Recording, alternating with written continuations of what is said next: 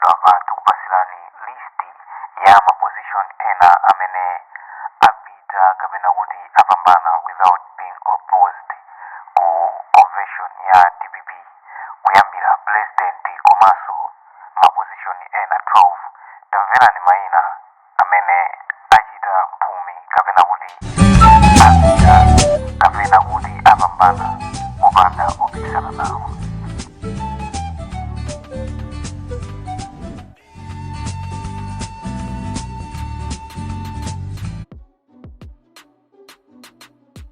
I wanted to mention information from the committee organizing this convention, Komaso Masankwano, kuti we have some positions. Amene panapezeka kuti there were only one candidate. Amene anasonyeza chidi chofuna kupanga contest. Ndeti nafuna kuti tinene ichi tisanambe mavotiwa kuti nthumwi zimene zili muno zititsimikizire chimenechi and kenako tipitirire ndi masankho athu, Your Excellency. Position yoyambirira imene taandira information kuti pali candidate mmodzi ndi position ya president wa chipani cha DPP, ndipo dzina limene talandira ndi dzina la Professor Arthur Peter Mutharika.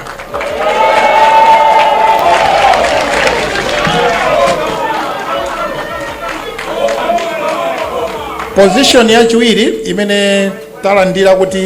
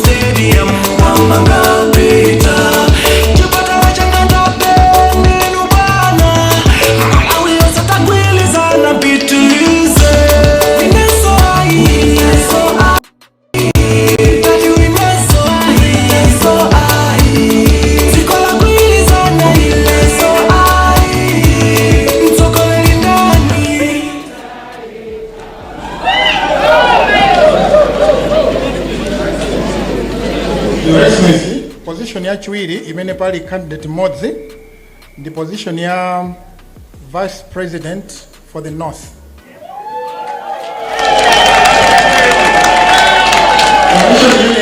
Candidates amene anapereka ma nomination paper ndi Honorable Japi Muhango. Your Excellency, position ya chitatu imene pali candidate modzi ndi position ya National Treasurer General. Position imeneyi okhawa amene anapereka mapepa awo ndi Honorable Edgar Tembo.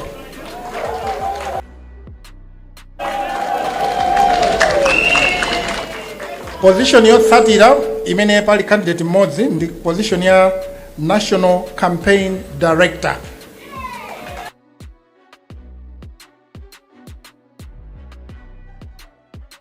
Imeneyi okhawa amene anapereka dzina ndi Honorable Chifundo Makande.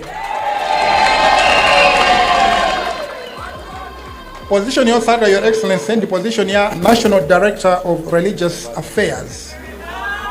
Candidate amene anapereka ma nomination papers ndi Apostle Timothy Koviwa.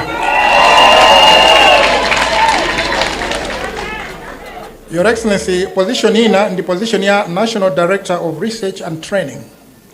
Pamenepa pali candidate modzi amene anapereka ma paper awo amene ndi Honorable William Susuwele.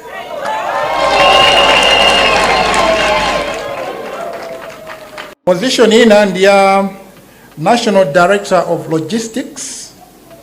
Candidates amene anapereka mapepa ndi Honorable Simon Vua Kaunda.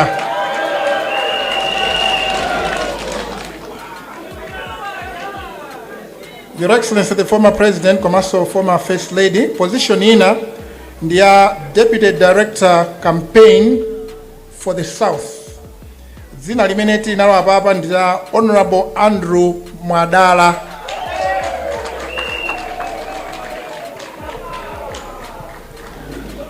Position ya tsatira ndi position ya Deputy Director of Political Affairs for the Center. Imene candidate okhawa amene anapereka mapepa lawo ndi Honorable Edward Mvoliwa.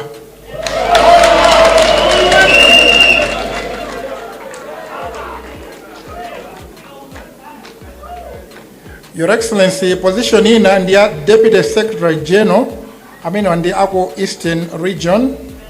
Candidate yekhawa amene anapereka maina awo ndi Honorable Daud Chikwanje.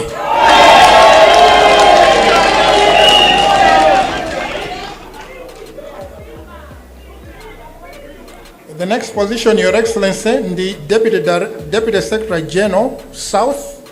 Pamene panso pali candidate mmodzi yekha. Candidate amene ndi Honorable Joseph David Nomale.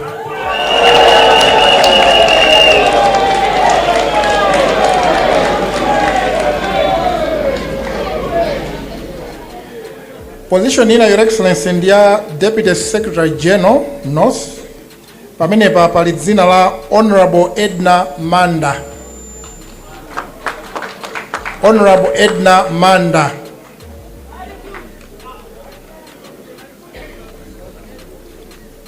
Your Excellency, tikupitirira ndi ma positions ena amene so panapezeka ma candidate modzi. Pali position ya Deputy Director of Elections North. Pa position imene iyi pali Honorable Glad Chembe Munthali.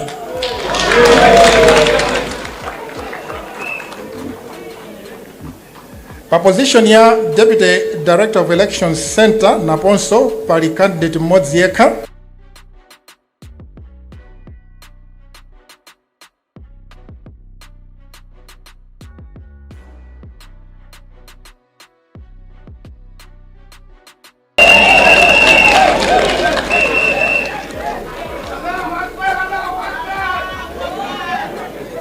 Ndibwerezanso dzina lo ndi Honorable Levi Taipi Luemba.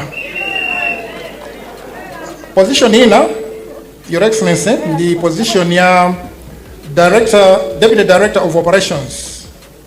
Pa position ya Deputy Director of Operations Center, candidate yekhayo amene anapereka dzina lawo ndi Honorable Romeo Brown Bwanali.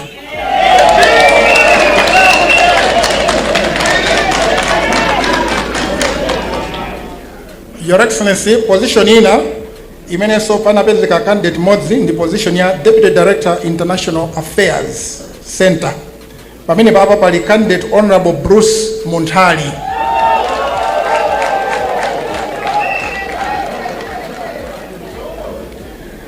Your Excellency, the former President and former First Lady, position yotsirizira amene papezeka kuti panali candidate modzi ndi position ya Deputy Campaign Director Center. Imene iyi panali candidate Honorable Kaso Zuze.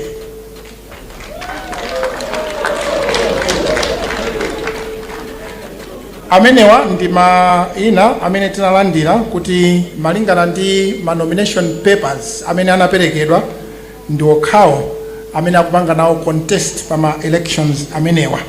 Ndiye mundilole kuti ndingolongosolanso za ma candidates amene akupanga compete pa ma positions osiyana-siyana.